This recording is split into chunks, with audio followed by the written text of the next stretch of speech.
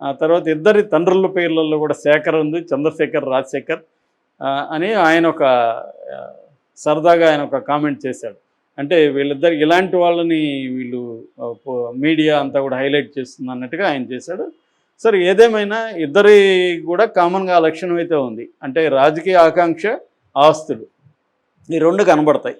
జగన్ తనకి రాజకీయంగా పదవులు ఇవ్వలేదనే కోపం ఉంది. అన్నిటికంటే ఆమెకు ఆస్తులదే ఉంది అనేది అందరికీ అర్థమైపోయింది.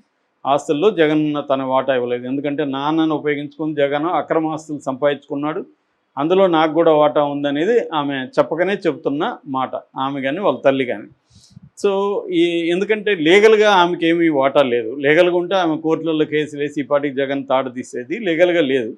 లీగల్గా లేనప్పుడు ఏం చేయాలి? పొలిటికల్గా జగన్ని బాధ పెట్టాలి. అందుకని ఆమె ఆ రంగంలో ఎదిగిందని అర్థమైపోతుంది. సరే, ఆమె ఫైట్ ఆమె చేసుకోవచ్చు, తప్పులేదు. ఆమె న్యాయం అనుకున్న దానికోసం ఫైట్ చేయొచ్చు. కానీ కాంగ్రెస్ పార్టీకి ఏంటి లాభం ఆమె వల్ల? కాంగ్రెస్ పార్టీలో ఎవరు కూడా, ఒక నాయకుడు కూడా ఆమెతో లేరు. శైలజానాథ్ లాంటి వాళ్ళు ఇటు జంప్ అయిపోయారు. రఘువీరారెడ్డి, తులసిరెడ్డి లాంటి వాళ్ళు దూరం అయిపోయారు ఈమెకి. ఎందుకంటే మీకు ముందు నుంచి కూడా ఎవరి మాట విందో ఒంటెత్తుపోకడన్న ఇది కూడా ఉన్నాయి. టీం వర్క్ ఆమెకు అలవాట్లేదు. సో కాబట్టి రెండోది మొండితనం ఎక్కువ ఉందని ఉంది. నిజానికి ఇప్పటి వరకు కూడా రాహుల్ గాంధీ ఎందుకు ఈమెను కంటిన్యూ చేస్తున్నాడో ఎవరికి కూడా అర్థం కాని ప్రశ్న. కాంగ్రెస్లో కూడా శంకర్, పద్మశ్రీ ఇలాంటి వాళ్ళు ఈమె మీద కంప్లైంట్లు ఇస్తూనే ఉన్నారు. సో అందువల్ల ఏంటంటే ఇప్పుడు జగన్ పెద్దగా పని కట్టుకొని ఢిల్లీలో చక్రం తిప్పాల్సిన అవసరం లేదు. ఏమాత్రం కామన్ సెన్స్ ఉన్నా రాహుల్ గాంధీకి ఈమెను ఎప్పుడో పీకి పడేసేవారు, ఇప్పుడు కాదు. ఎందుకంటే ఈ వల్ల ఒక నయా పైసా ఉపయోగం లేదు, పైగా వ్యతిరేకత వస్తుంది కాంగ్రెస్ పార్టీ మీద.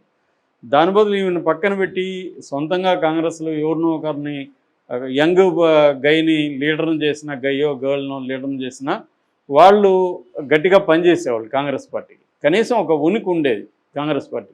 అది లేదు ఇప్పుడు. ఆల్రెడీ కాంగ్రెస్ పార్టీ మీద వ్యతిరేకత ఉంది. రాష్ట్రాన్ని చీల్చి మనకేమి ఇవ్వకుండా అడ్డదిడ్డంగా చీల్చేశారనేది కాంగ్రెస్ పార్టీ మీద తీవ్ర కోపం ఆంధ్ర వాళ్ళకు ఉంది. ఈ కనీసం ప్రజా వ్యతిరేకతని జగన్ కాకుండా కొంతమంది కాంగ్రెస్లకు వచ్చే అవకాశం కూడా ఉంది. ఎందుకంటే ఇప్పుడు వైసీపీలో తీవ్రమైన నిర్బంధం ఉంది, అరెస్టులు జరుగుతున్నాయి.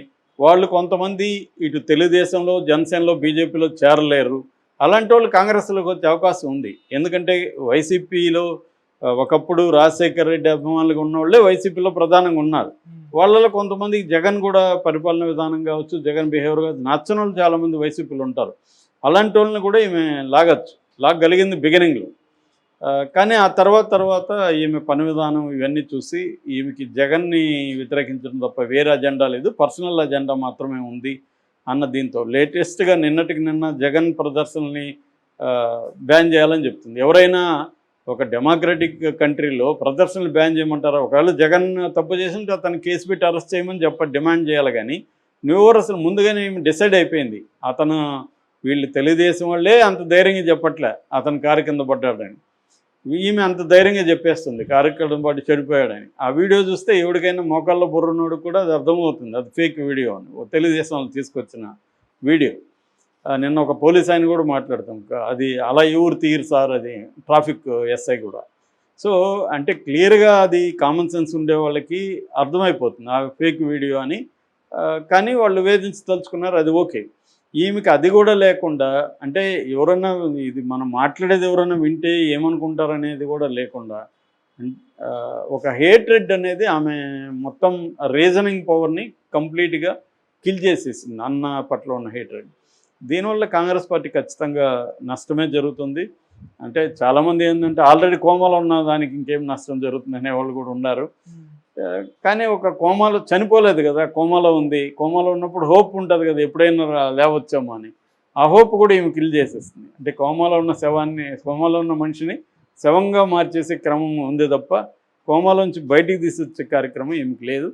అయితే దీని వెనక జగన్ ఉన్నాడని చెప్తున్నారు. ఉండే ఛాన్స్ కూడా ఉంది. జగన్కి కూడా ఆమె ఉండడం తలనొప్పిగా మారింది కాబట్టి ఆమెను పక్కన తీస్తే బెటరు. కాంగ్రెస్ నుంచి బయటకు వెళ్తే ఈ మాత్రం కూడా ఆమెకు ఉండదు, రాజకీయ భవిష్యత్తు ఉండదు.